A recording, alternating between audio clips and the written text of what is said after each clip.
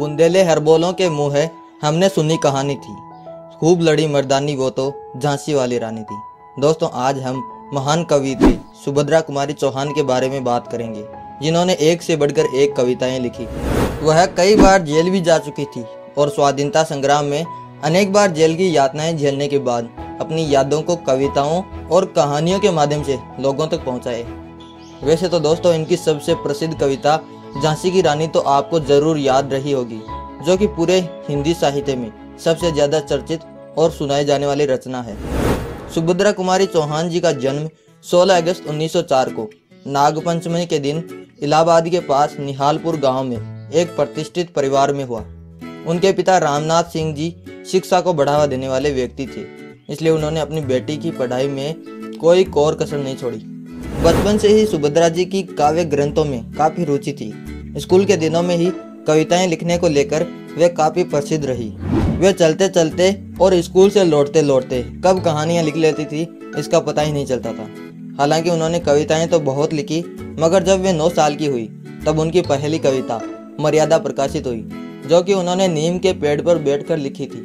उनके साथ उस समय हिंदी साहित्य की महान कवियत्री महादेवी वर्मा भी पढ़ती थी और दोनों के विचार मेल खाते थे, जिस वजह से दोनों में गहरी दोस्ती हो गई थी। मगर 9वीं कक्षा पास करने के बाद दोनों का साथ छूट गया और सुभद्रा जी का विवाह ठाकुर लक्ष्मण सिंह के साथ करवा दिया गया और वे जबलपुर चली गई।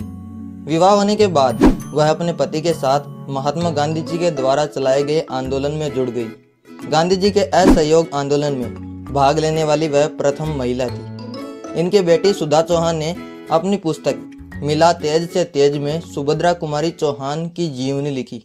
असहयोग आंदोलन में भाग लेने के कारण वह कई बार जेल भी गई और इस दौरान उनके अंदर राष्ट्रभक्ति की भावना जागृत हुई और उन्होंने राष्ट्र प्रेम पर कई कविताएं लिखी। अपनी कविताओं के माध्यम से देश के युवाओं को देश की आज़ादी में हिस्सा लेने के लिए प्रेरित किया।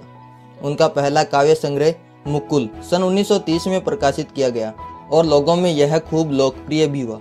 इनकी रचनाओं की सबसे खास बात यह है कि लोगों को आसानी से यह समझ में आ जाती है। अपनी रचनाओं में हिंदी की बेहद सरल और स्पष्ट खड़ी बोली का ये इस्तेमाल करती है। इसके अलावा उन्होंने मातृत्व से प्रेरित होकर बच्चों के लिए भी कविताएं लिखी।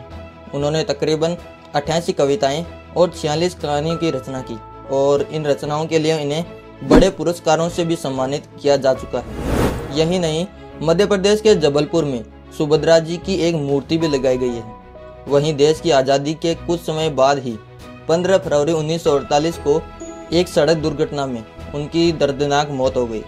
उनकी रचनाएं आज भी लोगों के द्वारा गाई और सुनाई जाती है। दोस्तों हमें उम्मीद है कि आपको सुभद्रा कुमारी जी का यह जीवन परिचय पसंद आया होगा, तो प्लीज़ इस वीडियो को लाइक करें और चैनल को सब्सक्राइब करके पास की घंटी पर क्लिक कर लें, ताकि आपके लिए हम ऐसे ही वीडियोज़ लाते रहें।